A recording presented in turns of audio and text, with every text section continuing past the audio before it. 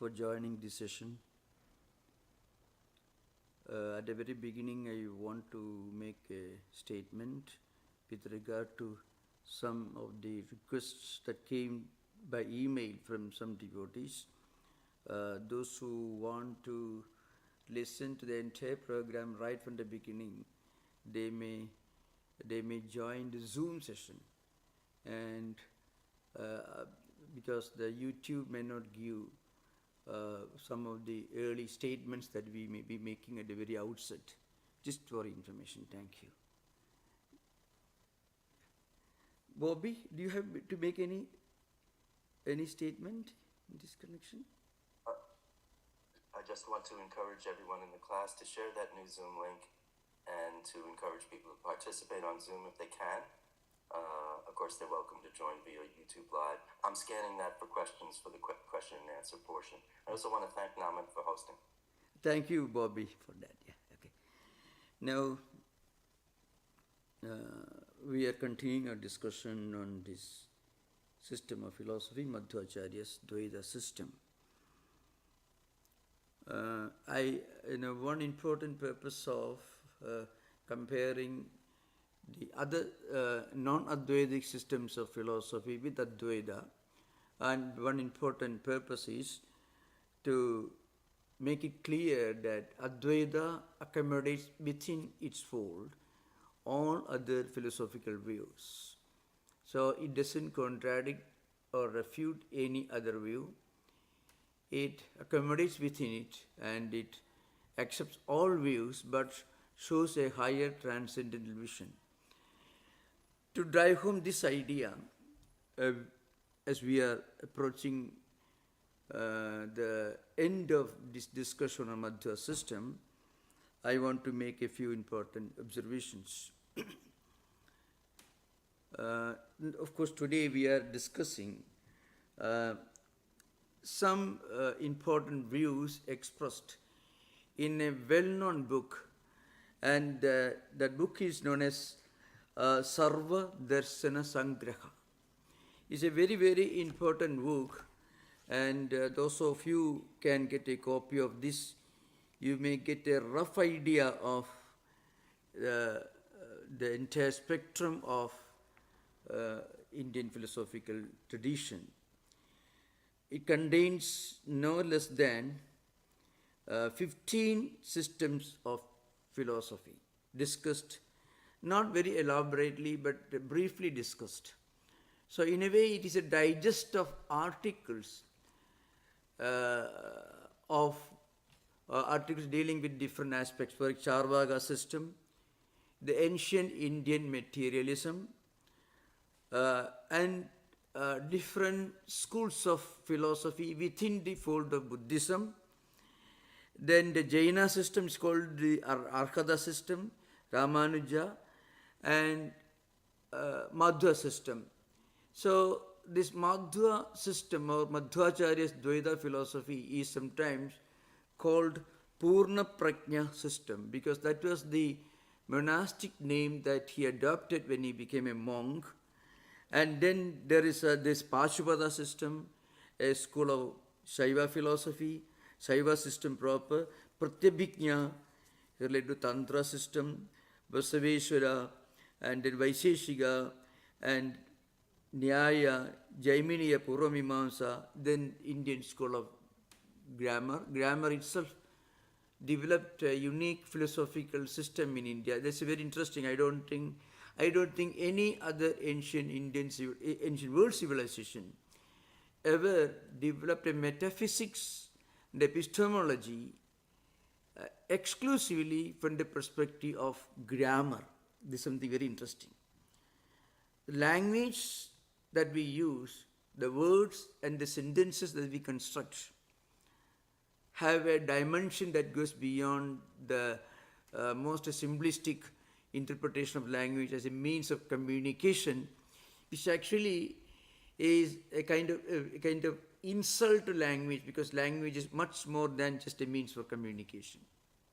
So that's one important thing. If today we hear expressions like "tell as it is," it's all because the degradation of language into merely the status of a tool for communication. But in Indian spiritual tradition, language itself became a vehicle not only for communication but also was a tool for philosophical inquiry. So that's also discussed. It's a Paninian philosophy. Panini's system is the basis. Based on that, Bhartrihari and many other philosophers, Patanjali wrote Mahabhashya, Katyayana, and other grammatical philosophers developed unique philosophical ideas based on grammar. And Sankhya system and Yoga system. These systems are discussed in a well-known book. The name of it's a very small book. If you think in terms of a book on philosophy, it is very, very brief, because every single one of these systems is discussed in a very brief manner. It's just a bird glance of, just a peep into some of the tenets of the systems. So, but then it's a very, very important work. It was written by Madhvacharya, somewhere in the 13th or 14th century. It's called Sarva Darshana Sangraha. And actually he refers to many of these ideas from Madhva system. So to give an example, this may be very interesting for serious students of Indian philosophy. Apart from the authentic textbooks on each one of these philosophical systems, is an attempt to bring together within the scope of a single book different tenets and doctrines of different systems of philosophy. And I want to reiterate the statement which I made earlier. One may ask this question: if truth is one, then why should there be so many systems of philosophy? This is a basic question. That question can be understood only in the light of theology and not of philosophy. Because in theology, if A is one, then if A is correct, then B cannot be correct. B should be wrong. If A is right, then B cannot be right, B should be wrong. This is the way of theology, because theology is always based on some assumed canonical literature, revelations, which came to a great prophet, a thinker, a mystic from God, and any system of thought which gives a lot of importance to revealed scripture exclusively, it can degrade into some sort of fanaticism. So here also you find a lot of references to revealed scriptures. And I'm coming to Madhva system. So Madhvacharya accepts, he gives importance to three important pramanas. One is pratyaksha, direct perception. The other is anumana, inference. And the third one is shabda pramana, which is verbal testimony. And when he talks about verbal testimony, he makes some important statements, which I believe I should explain in this context. Madhvacharya, of course, he accepts direct perception, pratyaksha, anumana, which is inference, and then he also accepts verbal testimony. So even when he gives importance to verbal testimony, he doesn't, even Madhvacharya, of all people, even Madhvacharya does not ask us to take anything blindly. See, if at all Madhvacharya system suffers from a remote possibility of fanaticism and exclusivism, just like the finality of his own idea of God. There is that element very much manifest in Madhva system, but even Madhvacharya sometimes he gives his own interpretations to his own school of hermeneutics, called in the sentence, theory of sentence and communication. Uh, so I'm referring to that. In one context, Madhvacharya tries to refute and contradict the views of another philosopher belonging to another school of philosophy, Prabhakara. Now, Prabhakara belongs to the ritualistic school of Indian philosophy, which we are going to discuss very elaborately in the coming days or maybe coming months. Its original teacher was Jaimini, who composed more than 4,000 sutras, beginning with Adhado Dharma Jignasa. So the inquiry is not into what is the absolute truth, but rather what's the best way to do our duty, to do our work, our rituals in this world, which is interpreted as one's own dharma. Now, there are two prominent schools of philosophers in the ritualistic tradition. It's called Purva Mimamsa. Mimamsa means investigation, inquiry. Vedas are two fundamental sections, Karmakanda and Jnanakanda. Karmakanda deals with rituals, performance of different yajnas and yagas. Altogether, 14 rituals are mentioned in the ritualistic tradition. 7 types of Soma yajnas and 7 types of Havir yajna, Sapta Havir yajna, Sapta Soma yajna. To 14 types of fundamental rituals. Now, how these rituals are to be performed? What's the meaning of the sentences which are called injunctions? Means you are asked to do certain things to perform a definite ritual with a definite purpose. It is called vidhivakyas, injunctions in English. Now, according to the less prominent of the two philosophers of ritualistic tradition, we have got two philosophers. One is Bhatta traditionally, Kumarila Bhatta is the exponent, and Prabhakara. Kumarila Bhatta wrote Slogavartikas, and many other important works which are basis of the Bhatta philosophy of Mimamsa. And his younger contemporary, who slightly differed from Kumarila Bhatta, who accepted only 5 pramanas instead of the 6 pramanas accepted by Bhattas. The Prabhakara says, and he very emphatically makes it clear, that sentences or a particular statement in the Vedas, they are intended to communicate an action. It's called an injunction vidhi.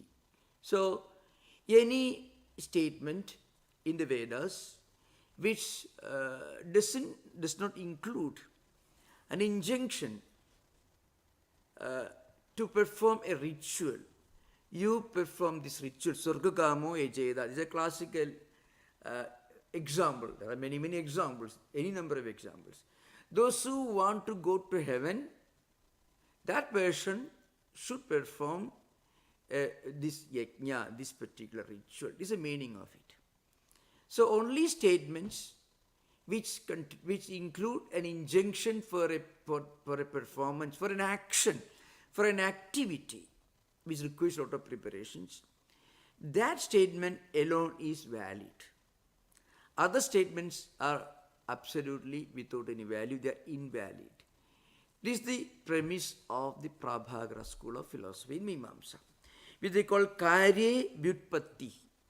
Karya means a statement which implies an injunction to perform a ritual.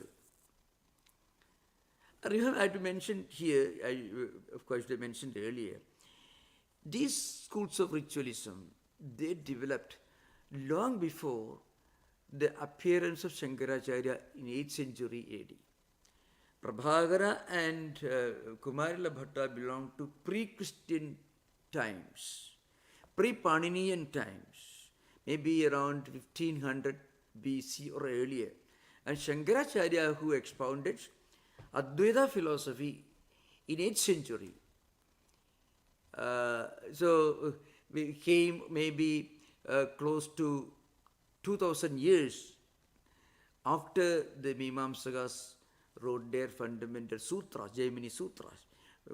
So the point is, according to Prabhakara school, Karya Vyutpatti, that means if there is a statement in the Vedas which mentions a karya means something to be achieved, an effect to be produced. Karya means effect. Some result to be attained through a particular activity or action. In this context, it implies a formal Vedic ritual, which will require a lot of preparations, the assembly of a number of Vedic Pandits who are trained in performing these rituals. There are some historians like Toynbee whose intimate knowledge of Vedic philosophy cannot be taken for granted, of course, because he was a modern historian, but his contribution is his interpretation of ancient civilizations. So according to Toynbee, this view is not taken very seriously. He says there is some connection between the ancient pre-Christian Jewish rituals and some of the Vedic rituals. This again is not very much accepted, not necessarily contradicted, but not eagerly accepted by comparative historians or philosophers. So some of these rituals closely resemble the pre-Christian, I would say pre-Christ, so to speak, rituals performed by the Jewish priests in ancient times, because it's also a very ancient civilization, which are very ritualistic. The Pharisees and Sadducees, where they belong to. You should remember they were also very ascetic people. They had their own strong principles of ethics and morality and asceticism, high philosophy and simple way of life, and respect for nature. All these things are they share with the Mimamsa rituals. So I'm not saying I'm not agreeing with Toynbee, or I'm not expressing my disagreement. So anyway, so according to them, any statement that coming in the Vedic literature which does not include a specific injunction for the performance of a ritual, that statement is totally invalid. Now remember, Vedas contain so many statements, so many great utterances which have absolutely nothing to do with any kind of injunction or action. Aham Brahmasmi is a Mahavakya, and there are many such Mahavakyas in the Upanishadic and Vedic, even the Samhita literature. It don't contain anything in terms of an injunction. So according to Prabhakara, these words have no meaning. Now, so it's called Karya Vyutpatti. That is the usage used by traditional Advaitins. Now, in contradicting this view of the Prabhakaras, Madhvacharya says Siddhe Vyutpatti. What it means is, Madhvacharya repudiating this argument of Prabhakaras, he says a sentence which communicates a Siddha Vastu, that means something that is obvious, a fact, a truth, a reality. That statement is also equally valid, even more valid. For example, the statements coming in Vedic literature about Vishnu, about some supreme reality, Shiva, Vishnu, or any deity of Brahman, whatever it is, those statements do not necessarily include an injunction, because those statements are not intended to be taken seriously by somebody who wants to go to Swarga, who wants to go to heaven by performing certain rituals. So you don't worry about that. So Madhvacharya says that there is no point in asserting that a Vedic statement that does not contain an injunction for the performance of ritual, there is no meaning in saying that such statements are totally invalid. So, and he gives the example, for example, certain sentences which communicate fact, He is beautiful, Vishnu is great, or Shiva is great. There is no injunction. There is no activity indicated. So those statements do have their own value. So Madhvacharya contradicts the views of certain Mimamsaka like Prabhakaras. And in this case, there are some other technical terms which may be useful, which is important to mention that. So, according to Prabhakara, the Prabhakara school of Prabhakara is the name of two of the most prominent Mimamsa philosophers who appeared after Jaimini, who is the original exponent of Puramimamsa, who wrote the Mimamsa Sutras. So, according to Prabhakara, he says, he's the view that the knowledge of a duty and action is called Karyada Jnanam. That means, I have to do something. Now remember, to give the same example, Sargakama Vecheda. Sargakama means somebody who wants to go to heaven. Yajeda means he should perform a ritual, yajna, yaga, whatever it is. So there is a karyatvam, means you have to do it. Then only you can go there. Suppose you don't want to go to heaven. You want to go and sit and meditate on the supreme truth and meaning of human existence. So you are not necessarily bound to perform any ritual. So Madhvacharya says this karyata jnanam, indication to perform a ritual for somebody who wants to attain something through the performance of that ritual, that indication is not a criterion for accepting the validity of a Vedic statement. Rather, it is called Ishtasadhanada Jnanam. What it means is, according to Madhvacharya, an action is caused by the knowledge of the desire of the result of action. What it means is, when you want to achieve something, that desire is what is producing in your mind the sense that you are obliged to do that duty which is indicated in that statement. But suppose you have no desire to go to heaven, if you have no desire to make money, then you completely ignore an advertisement that tells you if you deposit $1,000, you can get $1 million. That statement is totally invalid, ineffective so far you are concerned. Similarly, somebody who has a higher sense of purpose of human existence, that person does not find obliged to do anything. If somebody tells you if you invest money right now, you can multiply the amount by 5 times because the Nvidia is surging on a surge, so you don't feel an obligation to put your money in Nvidia because right now you are not interested in getting more money, you are not interested in becoming richer. So you don't feel the need to make more money because you are not desire for that money. You are not desire for wealth. So I am giving an example as far as possible to make it clear in modern days context. So what it means is, this is actually the distinction between philosophy and rituals.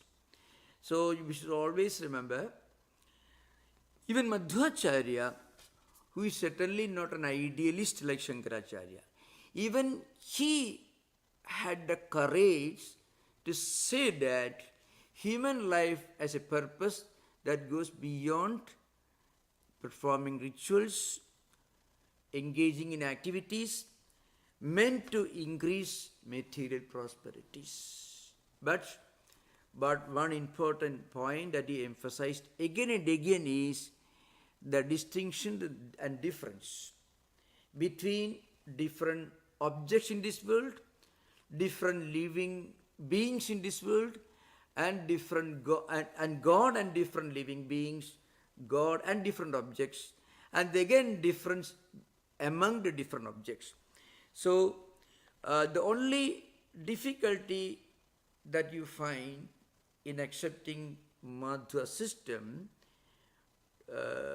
for modern times is Madhvacharya's system can be slightly disturbing for those who are looking for a universal, unifying, harmonious philosophy. I mean, an ethical philosophy, moral philosophy that is accommodating and harmonizing. That you find only in Advaita, and that you don't find in Dvaita. I can give you some example.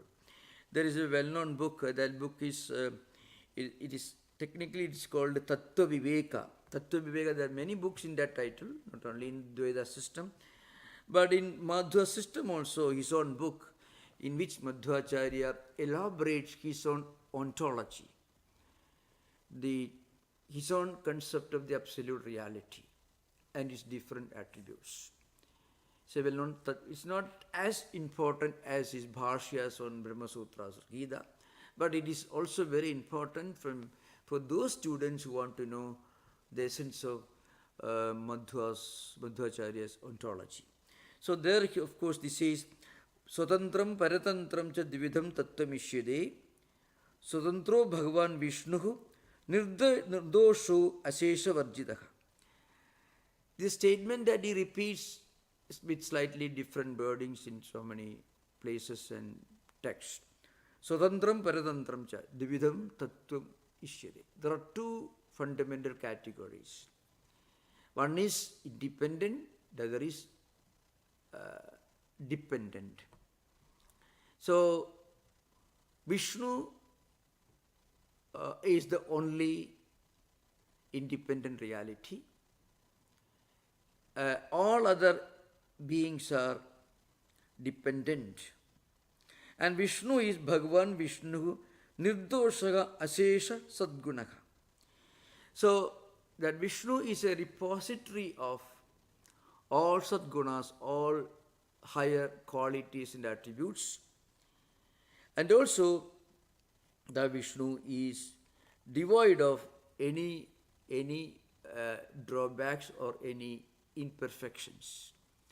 This is the fundamental thesis of Madhva system. In a way, this is also more or less the ontological view of Ramanujacharya. There are some minor differences. In the same book, the discussion continues. I shall just read this well known. It's a very famous statement which is studied very seriously for the students of Madhva system. Of course, sometimes, there are different views, and those views are also expressed in this context. Now, in his doctrine, this Advaita, ultimate spiritual principles are dichotomized into independent and dependent. This Tattwaviveka. Now, sometimes in the Sarvadarshana Samgraha, the idea is put forward in the form of an argument between Advaitins and Dvaitins. Now, they assume that Advaitins may ask this question. Nanu sajadiya vijadiya sogada nanatva sunyam brahma tattvamidi pratipādakeshu vedanteshu jagarukeshu katham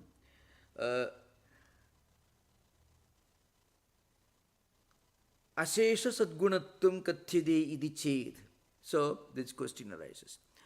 Now Advaitins may perhaps ask this question. What's the question? Why do you predicate of the absolute? Now why do you say that this absolute reality, which is one without any attributes, one without a second, why do you put in this all these inexhaustible excellences of perfections and qualities? So you can imagine, that is, Vedanteshu Jagarugeshu Katham Asesha Sadgunatvam. Asesha Sadgunatvam means all these inexhaustible, all absolute qualities and characteristics and attributes are attributed to qualities. For example, Vishnu is omniscient, all-knowing, immanent. It is the only independent entity, supreme in everything. So why do you put all these attributes with regard to Brahman? which according to Advaitins are supposed to ask this question.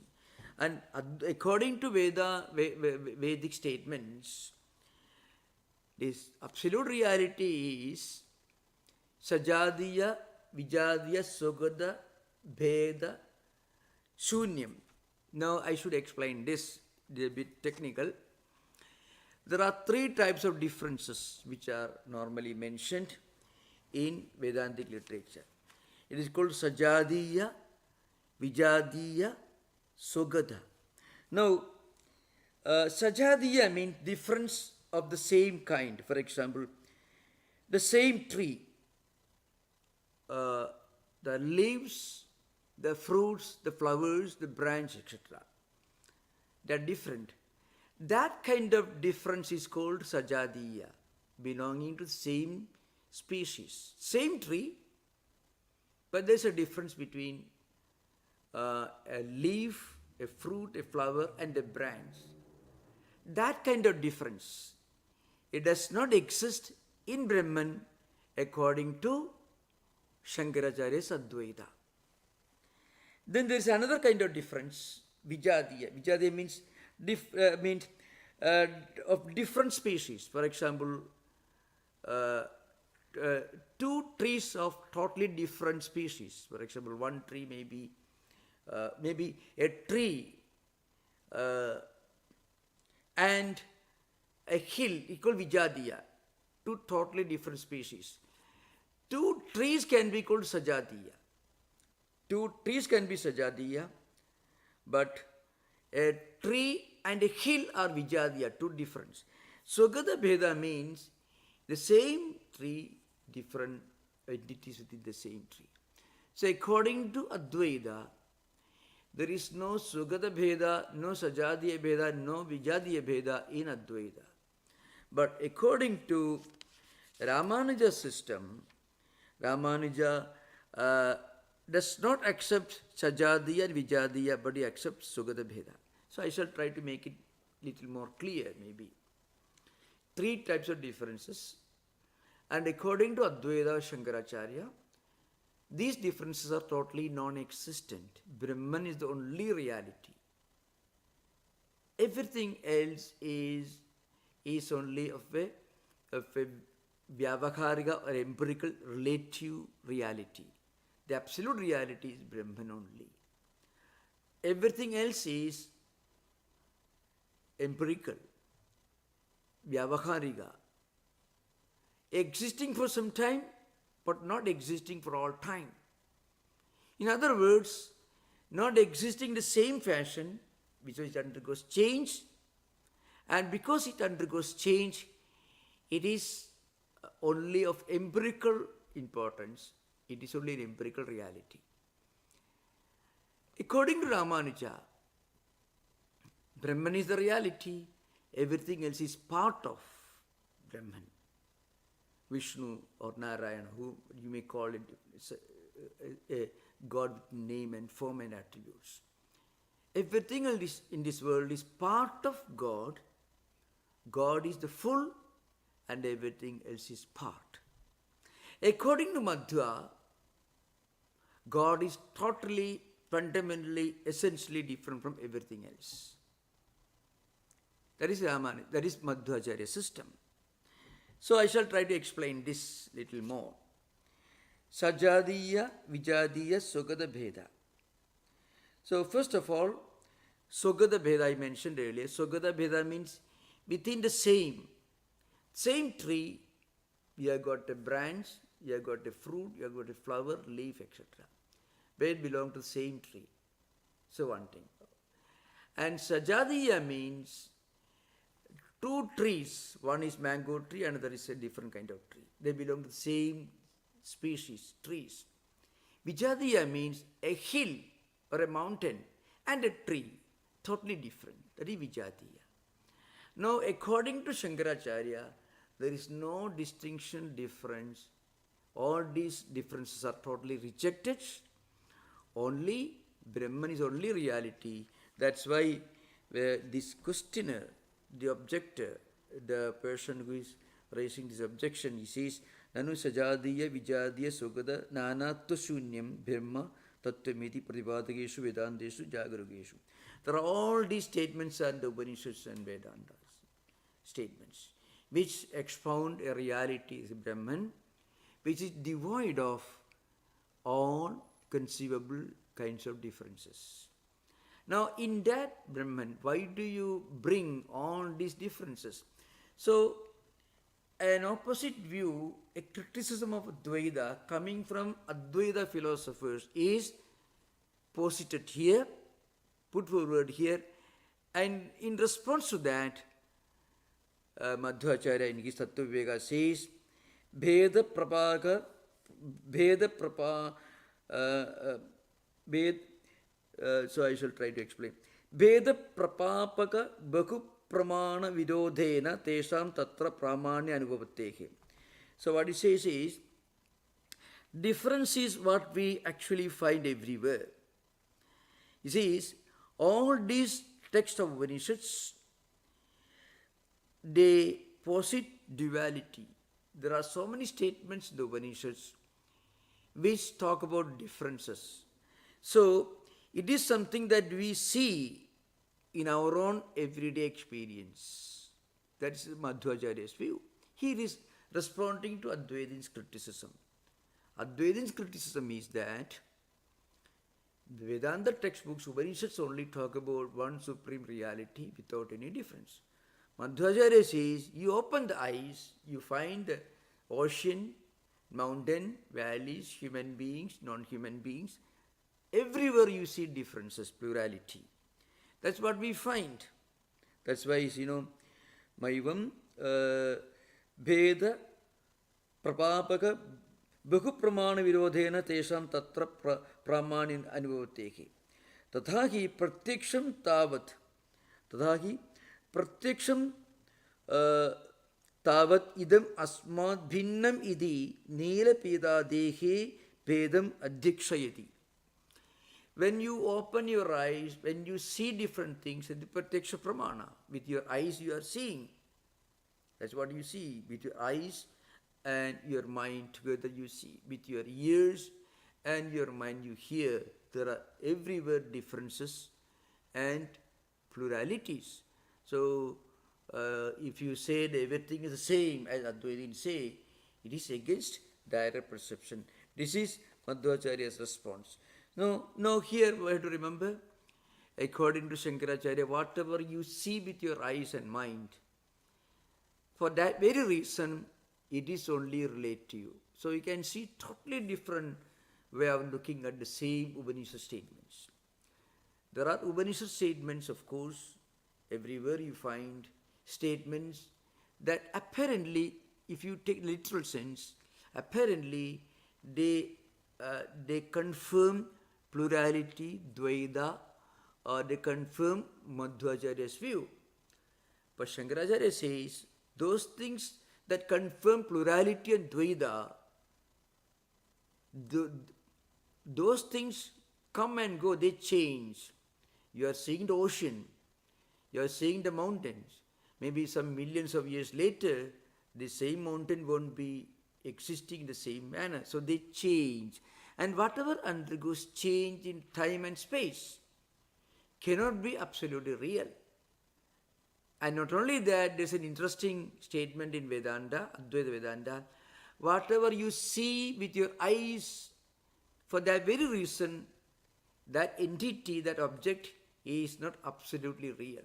Because absolute reality cannot be seen, cannot be objectified, cannot be interpreted. So you can see totally different view. So what it means is, when you look at it, Dvaita is correct. But when you think deeply, Advaita is only absolute truth. So that's an important point to remember. As we evolve in our thinking process, in our ability to reflect, think more deeply, you find you move away from Dvaita and you reach Visishta Advaita, and eventually you approach Advaita.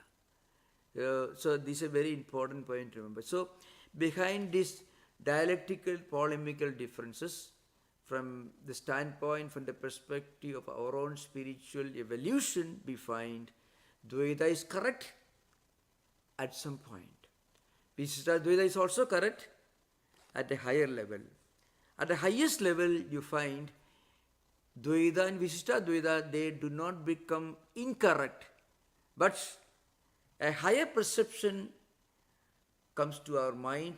At that time, you realize at a higher level, Advaita is only reality.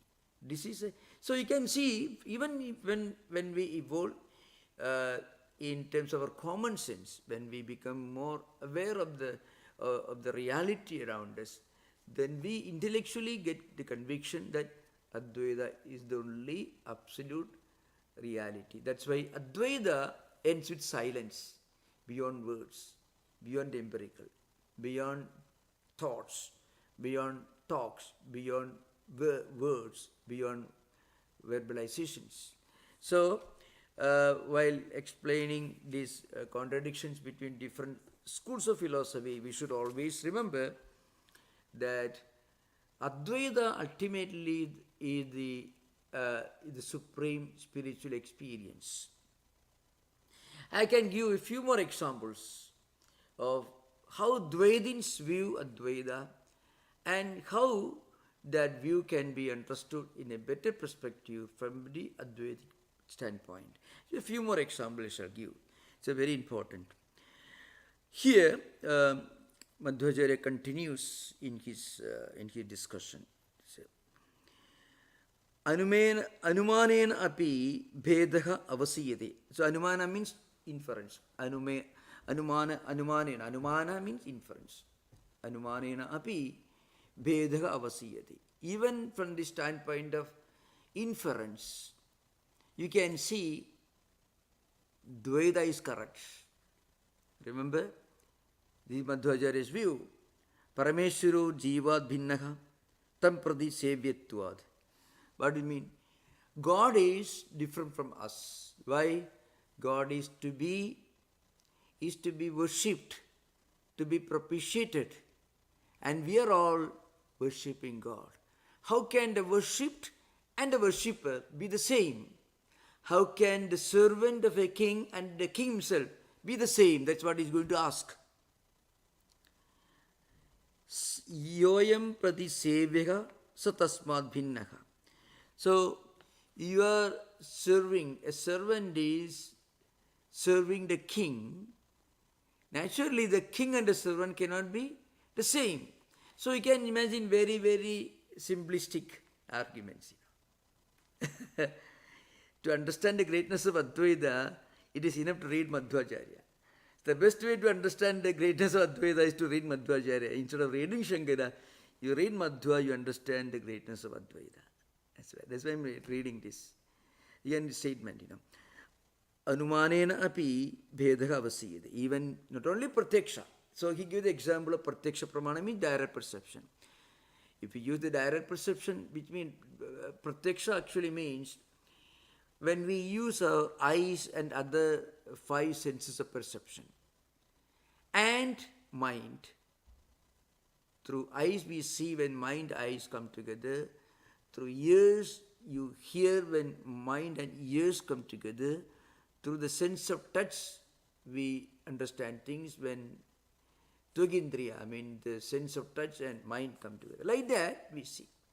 So that is Anumana. So Pratyaksha of course clearly shows the reality of Dvaita. That's what Madhvacharya says.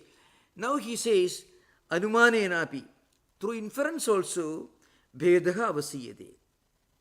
Duality is ascertained, strongly emphasized, clear, made very clear by inference. Example is, God differs from individual soul because God is the object of the obedience by the individual soul. You have to, again that, of course, that's why, Madhvacharya's system shares, in some ways, it shares some of the views of Abrahamic traditions. God is to be worshipped.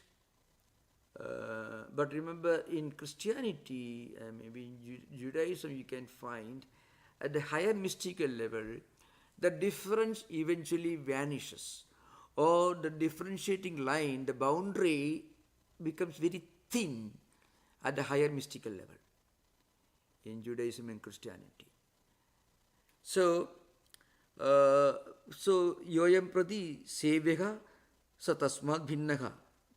Then he gives example, yatha bhrutya raja. Bhrutya means servant, raja means king. King is different from his servant. Nahi sukham me sya dukham me na managapi iti purushartham arthayamanaha purushaha Supadipodam kamayamanaha satkara bhrajo bhaveyuhu. He gives an example.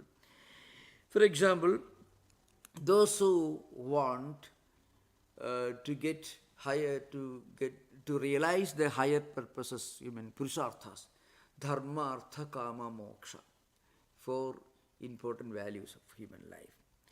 What they do, they should pray to somebody who can give them, who can grant them these attainments, fulfillments. Similarly, a servant, if he wants to get something from his king, his master, he should make very clear that he is inferior and his master is superior. If he, by any indication, if a servant says something that indicates that he is as great as the master, that very moment the servant will be imprisoned, put a luncheon. And Madhvacharya actually comes to that. See, for example, he says, Supatipadam kamayamanaha satkara bhajo bhaveyuhu pratyuta sarva anartha bhajanam bhavanti. What happens is, because when human beings, if they want to attain the purusharthas, let me have pleasure. That means, sukham me syad, dukkham me na syad managabe. I should get enjoyment, I should be happy, I should not be unhappy at any point. Now, what happens is, and then what they do, they should pray to their God. And then they should become recipients of enjoyments. But at any point, if they show any kind of sense of equality with their master, then they become the recipients of all kinds of evil. That means, pratyuda sarvanarthabhajanam bhavati yaha sosya atmano hinattum parasya gunotkasham na cha kathayati sa stutyaha prayataha stapakasya tasya abhishtam prayachati tadaha. So, ghadayantihi rajano rajahamidi vadinaha dadadi akhilamistam cha Sugunorkashavadinam. This is a very wonderful example. Remember, this is actually where we begin our spiritual life. You remember, Madhvacharya actually gives a graphic description of where all ordinary spiritual seekers begin their spiritual life. That's absolutely necessary. Without some kind of feeling of our own helplessness, and a conviction that if we pray to the Supreme Divine God, then we will get out of our own difficulties. So it requires some kind of feeling that we are right now in a state of helplessness. Actually, that's one of the important theses of Ramanuja,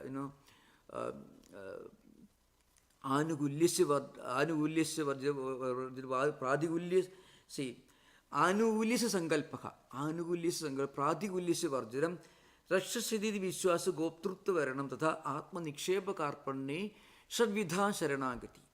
So, in the Sharanagati Gadyam and elsewhere, Ramanuja indicates very, very clear. And other great teachers like Vedanta Desika also gives very elaborate descriptions of this. First of all, we should have a very positive thinking. And also we should get rid of all negativity. Then we should have a strong conviction God will protect us because we are right now in a helpless situation.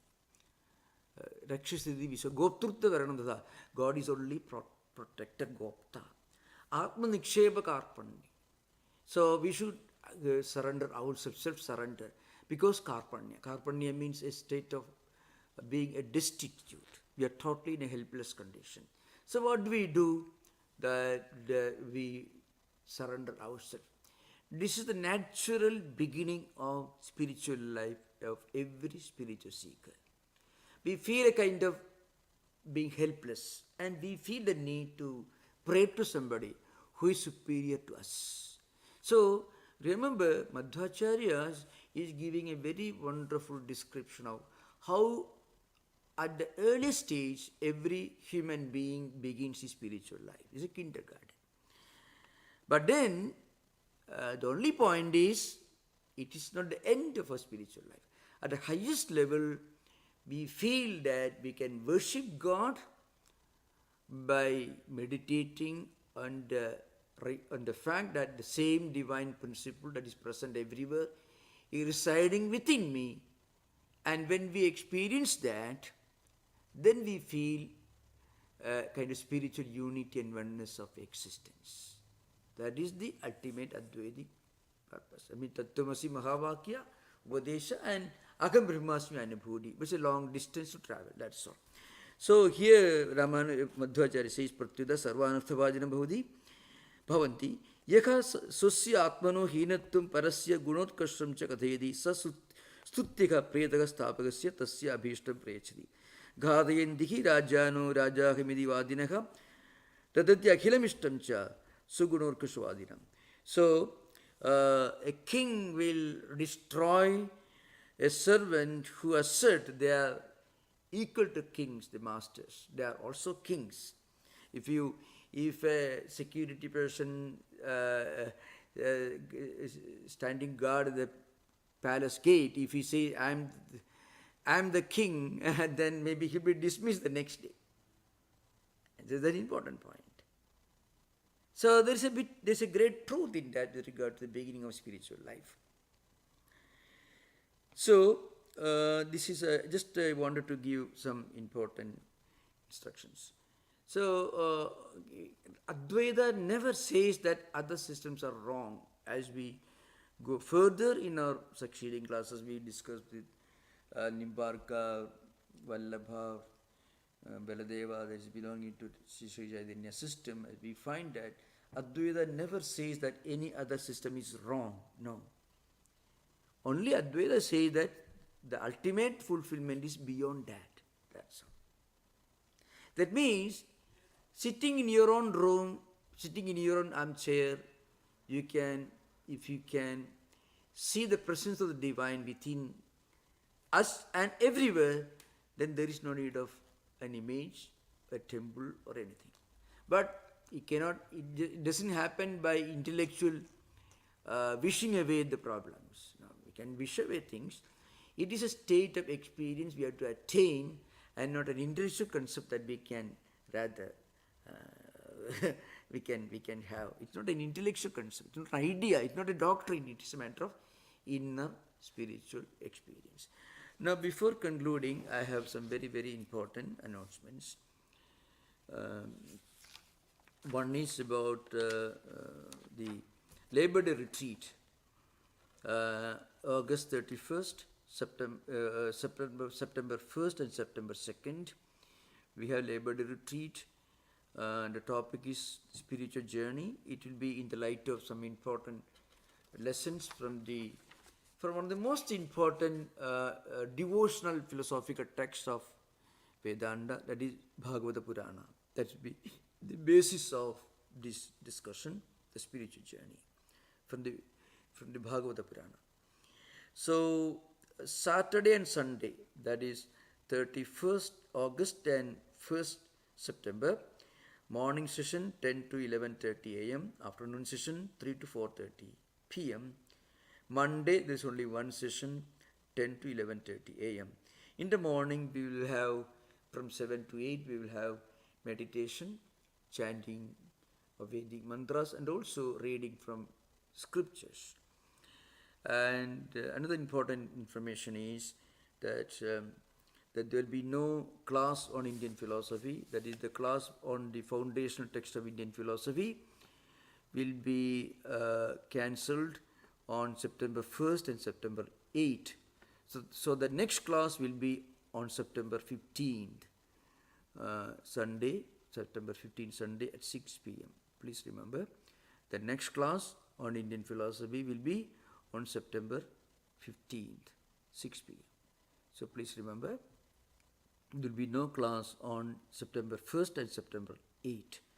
The next class will be on September 15th. And also, I have to give an information.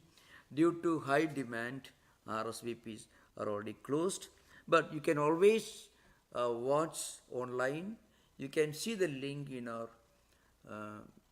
website, svedanta.org. You can see the link and you are most welcome to watch online. Thank you. Namaskar. Thank you, Maharaj. Thank you. Best wishes to you on your travels on September 8th when we will Yeah. not have class. The next class is, of course, on the 15th. Yeah. And it's very exciting to hear about Sri Madhvacharya's perspectives on Dvaita, Vedanta, and the other schools. Very exciting. First question, hand up, is to David. Please unmute yourself and go ahead. Hello, Swami. Yeah. My question is, you touched on it a little. Is how is it that Brahman is described to be Satchit Ananda? Isn't that a limitation? Isn't that ascribing attributes? Yeah. Very, very important question. This is actually the question you raised was raised by Madhvacharya, Ramanuja, all of them, Vallabha, everyone. The point is, Advaitins will tell you, when you use a text, a book, or a discussion, then you have to use language. Even to say something about Brahman which cannot be explained, which cannot be talked about, which cannot be defined or described, you have to use language. So, all books belong to Dvaita level. The Upanishads, in a way, Madhva is correct. But you remember, Shankaracharya says in his commentaries, the highest level of Advaitic experience is not Satchidananda statement. The highest level of Advaitic experience goes beyond Satchidananda. Aham Brahmasmi, I am Brahman, that statement is not the highest. The statement is only an indicator to the highest. The statement itself is Dvaita. Remember, all Upanishad texts are within Dvaita.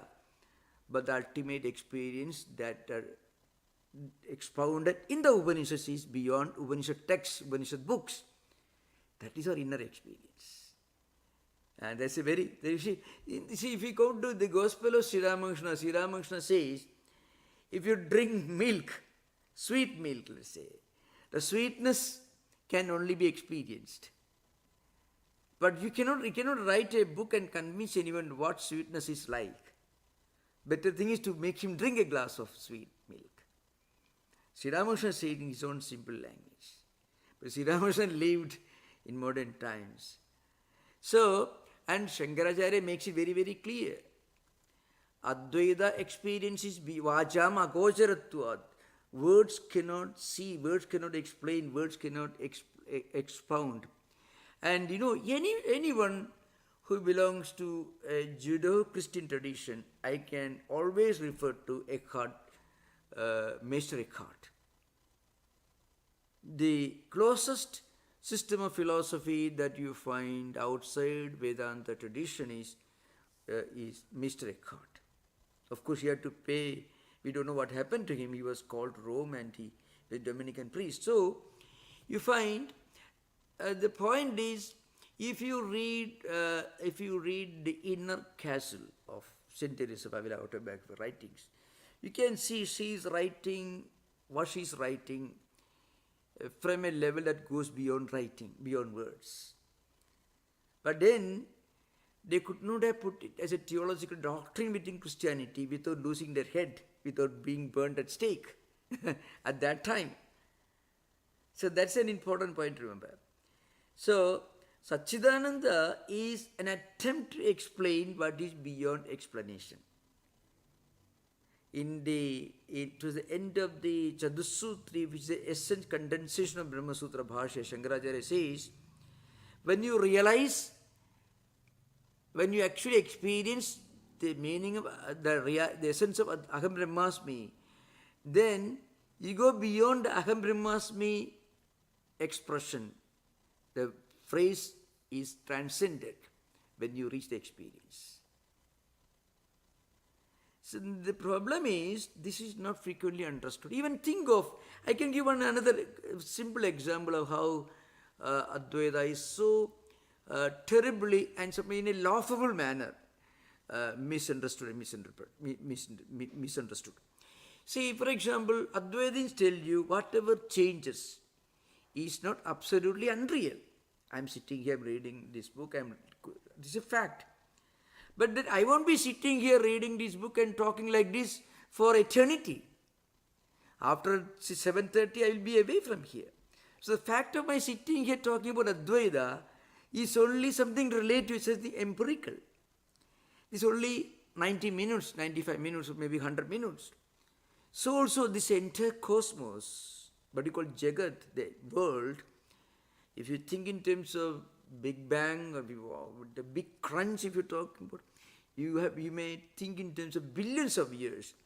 But the difference between billions of years and 95 minutes I'm sitting here talking about Advaita is only the difference, only one of degrees, not of kind. The cosmos is limited to billions of years. My class is limited to 95 minutes. Difference in degrees. So Advaitins tell you it is empirical, it is vyavaharika, it is relative. Simple common sense. So in one way, Advaita is the meaning of the simplest possible common sense. Advaita is pure common sense, actually. You may wonder why the great thinkers suddenly reading about this get caught. Because suddenly because in their own soul, the same Atman is there. Suddenly, when you read a great truth, you are convinced of the essence of it, truthfulness. May not be at the experience level, but it strikes to you, it strikes in your mind as a fact that could be experienced. Maybe not now, maybe later. That's a mystery of how Schopenhauer and other great thinkers suddenly reading Upanishad, after all, it is a fact. They felt. That's a reality. In other systems, you have to wear your mark in a specific manner. You have to gopi chandana, you have to sandal paste, you have to specific. If you go to Google, you can see the sandal paste marks of with the Madhva system, Ramanuja system. You get different kinds of, and you have to this is perfectly okay. Shankaracharya, okay, fine. But he says, there is another level. That's what he says. Go to primary school student. Don't tell him you should go to PhD or nothing. You go to PhD, do very well in primary school, and one day you go to Stanford. But not immediately, after 20 years. That's what Shankaracharya says. He never contradicts, never repudiates all the systems. He says, there is a higher truth beyond all that. That's the idea behind it. Yeah. Thank you for the question. Yeah. Thank you, Swami. Yeah. Thank you, David. Shay, you are next.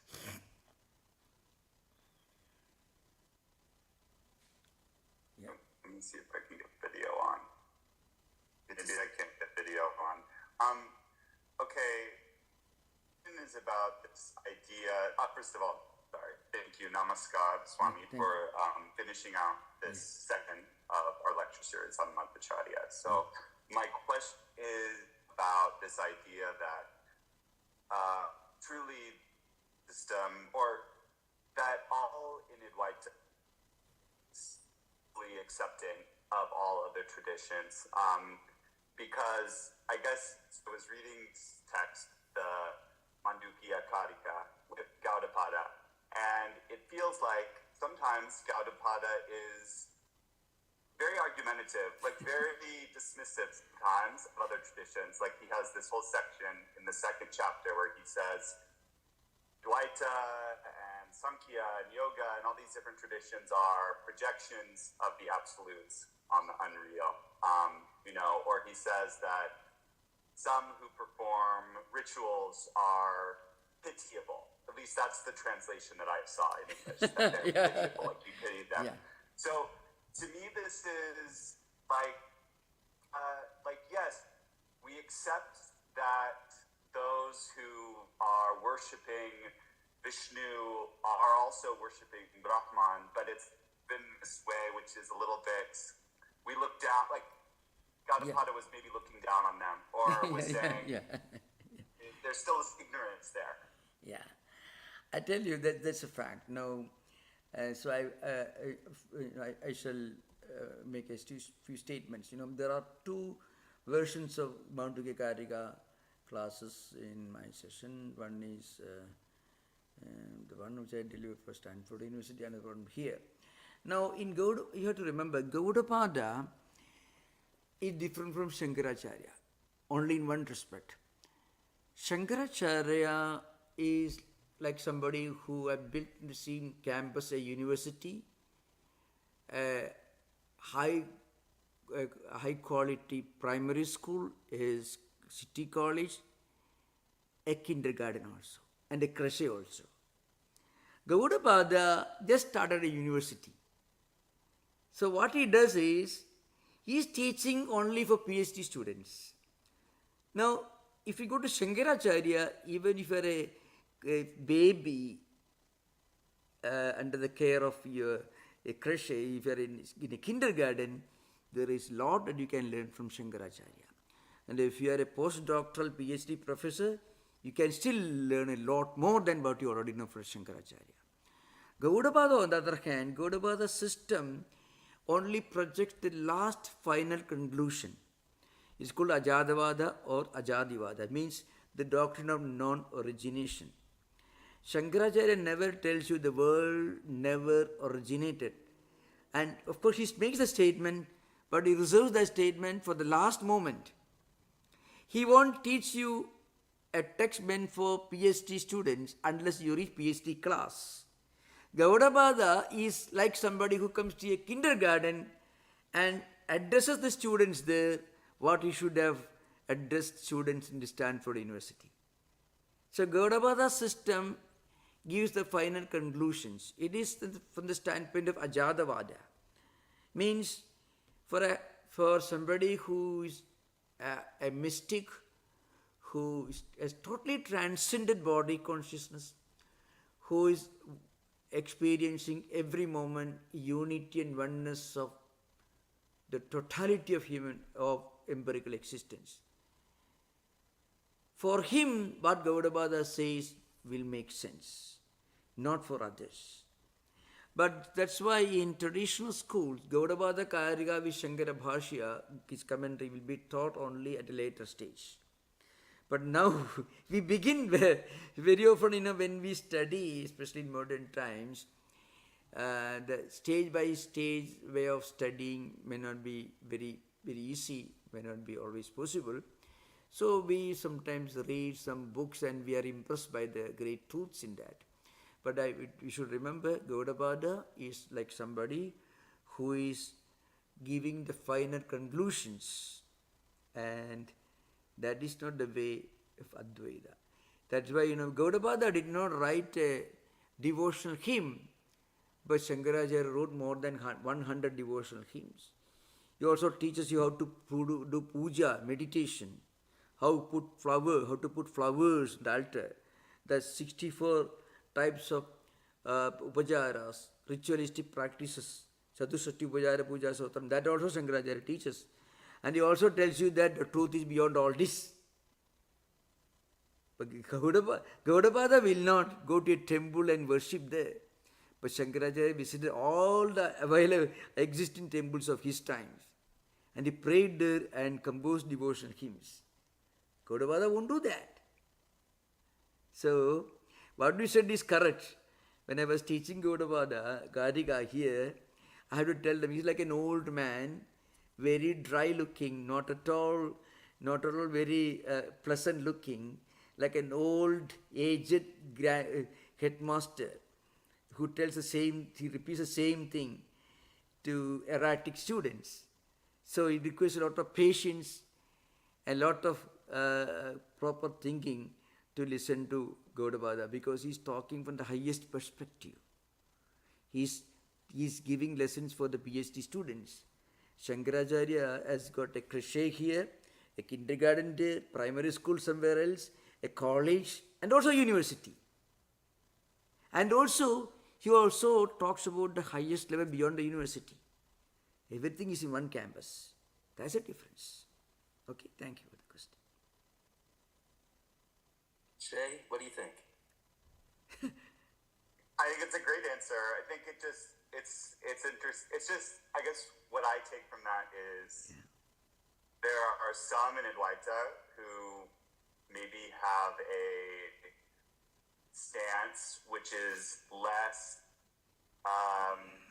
understanding of other traditions, and then there's some like Ramakrishna order feels like Ramakrishna feels like he doesn't, it's not that he doesn't care whether you're Dvaita or Advaita, but cares that you're participating in worship of any kind. And he didn't have the same type of, he wouldn't say some of the things that Gaudapada said. Ramakrishna would say, it's great if you worship Vishnu, it's great if you worship Jesus Christ, it's great if you're Muslim, right? He wouldn't say it's pitiable. It's pitiable you're doing those things. He wouldn't say those things. I tell you, this comparative study is a modern academic approach. It is not based on spirituality. But because from a spiritual perspective, what Gaudapada says the absolute truth. But he did not ask you to read him and take him seriously.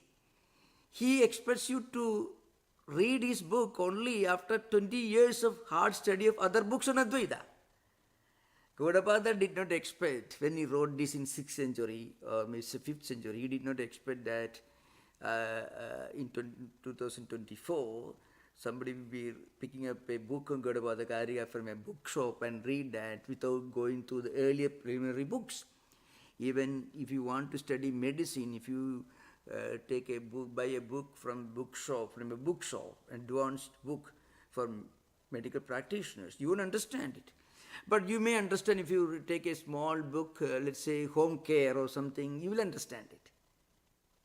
You can use Neosporin for a wound, you can use in bandage, that you will understand. But if you read an advanced book on medicine, you won't understand it.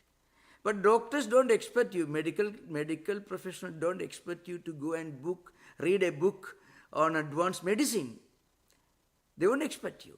If you want to build a small chair in your home, you can get the small pamphlet, the little small book which explains to you how to take a few tools and build a small chair in your home. But you won't be invited to build a bridge. Remember that. And if you think that you can build a bridge, it's your problem, not the writer's problem. Gaudapada did not ever expect in the 21st century somebody to go and pick up his book and say, oh, he is condemning ritualists. If you reach Gaudapada's level, you also will join him in doing what he is doing. That's an important point, remember. Thank you for the question. Very, very impressive question. Actually, I'm more indebted to the people like you who are asking these questions because I'm getting an opportunity to explain certain things which I would not have explained otherwise. Thank you for the question. Thank you. Yeah. Thank you.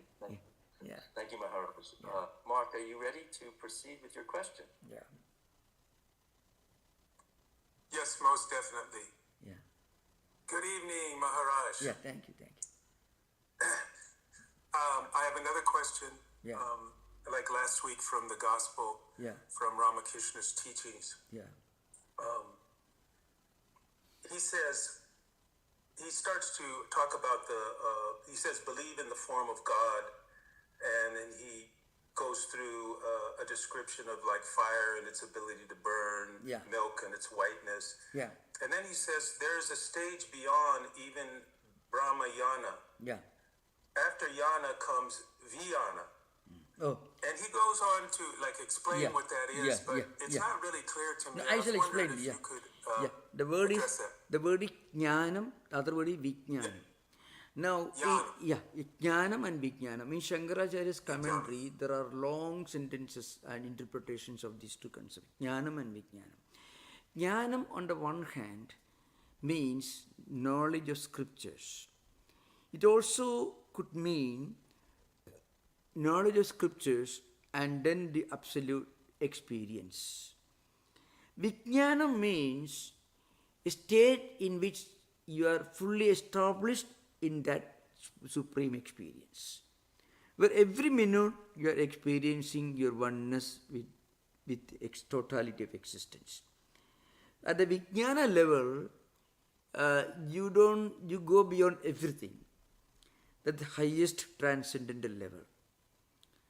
So that's what Sri Ramakrishna is talking about. Vijnanam in Visheshata Jnana means knowledge in its most exotic, exalted aspect, dimension, where beyond knowledge you have reached the experience dimension of knowledge. There is the knowledge dimension of knowledge and the experience dimension of knowledge. Sri Ramakrishna gives, for example, you understand about milk is wonderful. That's one thing.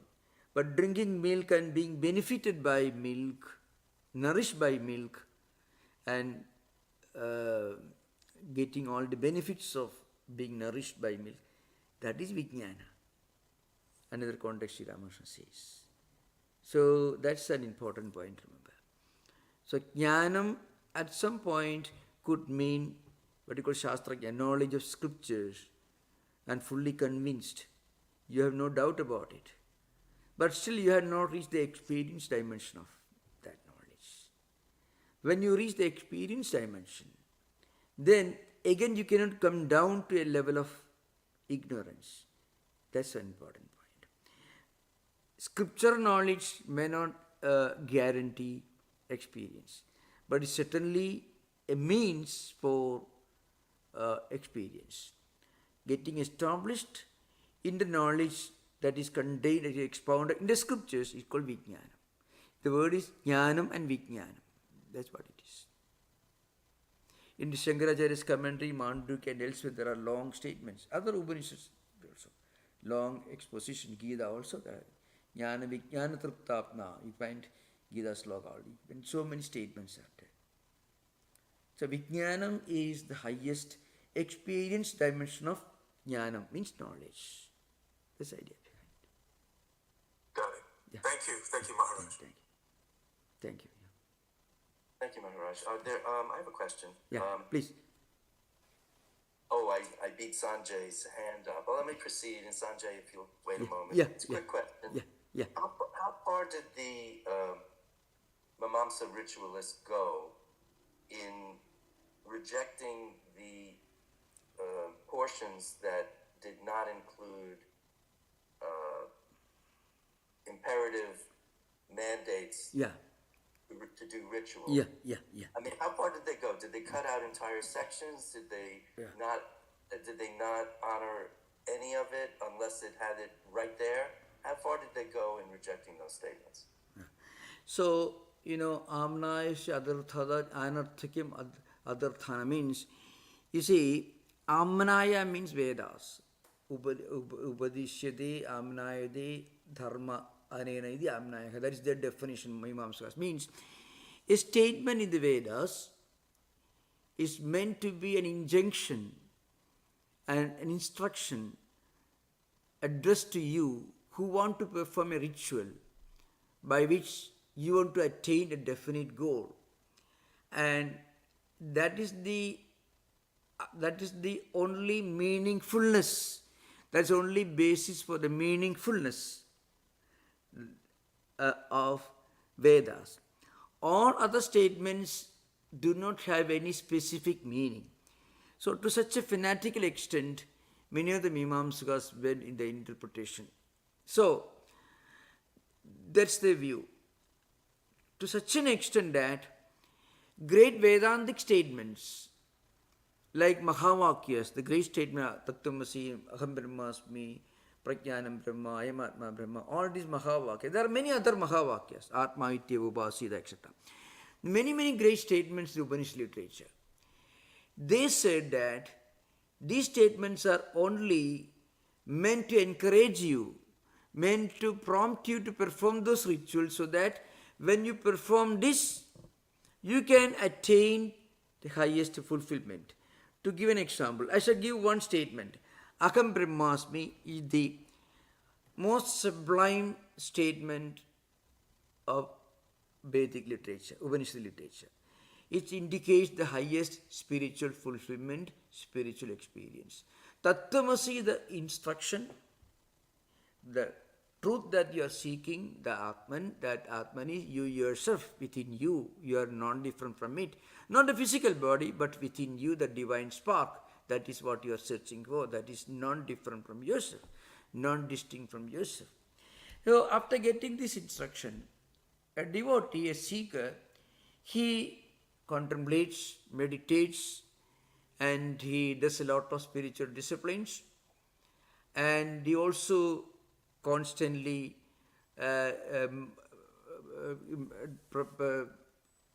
performs Sravana and Manana, means reading and contemplation of Prajnanam, Brahma, Ayamatma, Brahma, all the other Mahavakyas.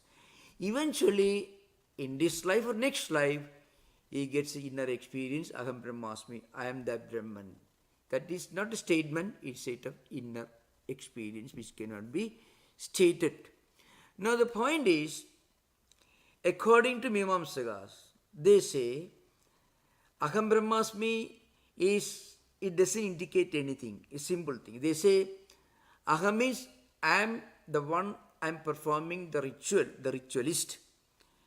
Brahma means the devas, gods and goddesses living in heavens. I will attain them. I will get the satisfaction of living with them.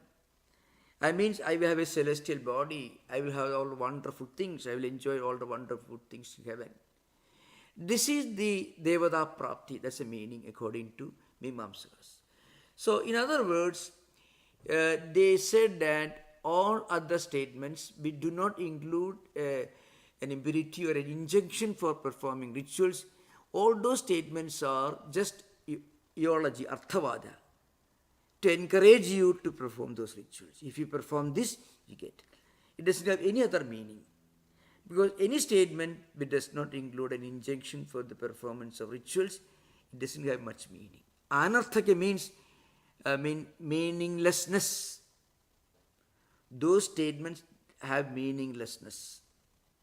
Adarthana. Amnaya se kriyarthatva. That's it. Amnaya means Vedantic statements. Kriyarthatva means its meaning, its purpose is to teach, to prompt you to perform a kriya, a ritual. That's the meaning. Anarthakim. Therefore, total meaninglessness for statements which do not include this injunction for performance of rituals. I'm trying to literally translate the Sanskrit statement. So it's not a very simple English. To put it in simple language, what it means is, these statements do not ask me to perform any ritual. So it's meaningless for me. If I will attain Brahman, I am attaining Brahman, I am different from Brahman. It is a statement. It is invalid. Why? It doesn't mean that I should do anything about it. If the statement tells me immediately I should make all preparations for the rituals, it is meaningful. Otherwise it is meaningless. That's what they said. And these are all meant for, Arthavada means to encourage you, to prompt you to perform rituals. That's the idea behind. It is not hedonism, it is not bohemianism. It is, see, Mimamsakas were traditionally very ascetic. They take bath in the morning, they perform all these rituals, they practice a lot of fasting, reading, but often they became very mechanical in their performance of rituals. Actually, their lifestyle guaranteed long life, very ethical, moral life, very ascetic, very Spartan way of life. Very often we find people, in English translations, they use the word certain terms like hedonism, talking about, actually hedonism is more accurate when you're talking about Charvakas, Indian materialists. Mimamskas were very ascetic, very Spartan in the lifestyle. They kept themselves busy taking bath, performing rituals, fasting, and practicing silence, what called upavasa, all that they do. That's how they live their life. But they said you should do this, you should do that. That's all. That's the idea behind it. So, in a way, yeah. Please continue. I'm happy. I'm sorry, I didn't mean to interrupt, but I'm happy that we circled back to this because early in the class you were pointing out that we were to understand the ritualists in their ancient context. Yeah. And in their ancient context, their rituals were quite holy. In fact, they probably regarded their rituals themselves as beyond name and form. Yeah. Rituals themselves then an end for them. The danger was it became too mechanical. And also it could also encourage superstitions. That also. Yes, all true. But of course, the Vedas did include references to these rituals. Certainly. And the Upanishads pointedly are the more philosophical elements. It seems more sensible to integrate them entirely, but you're pointing out that they didn't do that. Yeah. Now, another important point that's very important to remember, the Mimamsakas did not accept the very concept of somebody who is young and healthy and educated and brilliant, like Shankaracharya, taking to a life of monasticism. Mimamsa was totally against that. They said every person should marry, have children, perform all these rituals, because most of the rituals should be performed, could be performed only in the company of their wife, Sakadharmini. Husband and wife together were necessary to be present by performing the rituals. So these rituals were meant exclusively for householders. So anybody who said, well, I don't want any of this, I want to be mystic, I want to wander, I want to go to Kashi, I want to live a life of meditation, Mimamsakas had no tolerance for that. So they say, in fact, there are many statements says, those who are kana, kubja, anta, I mean those who are lame, blind, dull, poor, unfit, such people alone can be fit for monastic life. They made such statements. But remember, so Shankaracharya wrote elaborate passages contradicting this. And he says, if a person is fully brilliant, well-educated, very capable, if he one day or any moment, any day, any moment, he feels this world is nothing, I don't care for this. Like Christ, Vivekananda, Sri Rama, anyone for this. Shankara himself, a 6-year-old boy, apparently the most brilliant intellect the world has seen. Because of what he wrote, we are discussing the subject today. Vedanta ideal always existed right from Vedic times, but Vedanta philosophy did not exist. Even the idea that Vedas have got a meaning that goes beyond rituals, that goes beyond the external performances, that is a distinct contribution of Shankaracharya. If Shankaracharya had not come, another interesting I tell you, it is a purely humanistic or maybe social perspective. In India, traditionally Brahmins and Kshatriyas were allowed to study the Vedas. And even among them, only a smaller percentage of Brahmins were supposed to be devoted to Vedic studies. So if Shankaracharya had not come in 8th century, you find this Vedic wisdom, which today is part of world spiritual heritage, which has become universal, it would not have happened. Swami Vivekananda got something to bring to Western world in 1893 because Shankaracharya had written commentaries on the Upanishad, Gita and Brahma Sutras. Because all other commentaries or interpretations of Vedas before Shankara, they always emphasized the ritualistic aspect. the philosophical, the spiritual, the universal aspect of Vedic literature is actually a contribution as a system that came from Shankara. That's why Thank you, Maharaj. I had to go through a doctorate thesis written by a very, very learned Christian priest in India, to be precise. Very learned, one of the most learned Jesuit priests in India. He's in Kerala. He's an aged man, 85 years right now. He wrote in German because he went to Germany, he studied there for decades, and his special area of study, specialization was Mr. Eckhart. So I just stumbled upon that, and I was editor of a journal in a vernacular, and he used to translate a large portion of his thesis into vernacular. I had to edit and proofread. That's why I was so highly impressed by the similarity of statements between Eckhart and Shankara. A gap of 400 years, more than 400 years, 500 years nearly. One was born in 13th century Germany, the other one 8th century India. And there was no way that Eckhart could have heard about Advaita. But you can see, even if you are separated by thousands of miles, and if you are separated by different cultures and traditions and thinking process, still a great soul can still connect with Advaita, because that's universal truth. That is what is indicated by the close similarity between many of the statements in Mr. Eckhart and Shankaracharya. You can find Rudolf Otto has written some well-known books on this subject. Those books are available in English. You must have read some of them, perhaps. Okay. Yes. Thank you. It's wonderful. Thank you. Thank you. Remarkable. Remarkable. Sanjay, if you're still there, Yeah. I recognize your hand. Was Sanjay, up. yeah. Sanjay, please continue. No, Maharaj, it's already late. Yeah. No, please continue.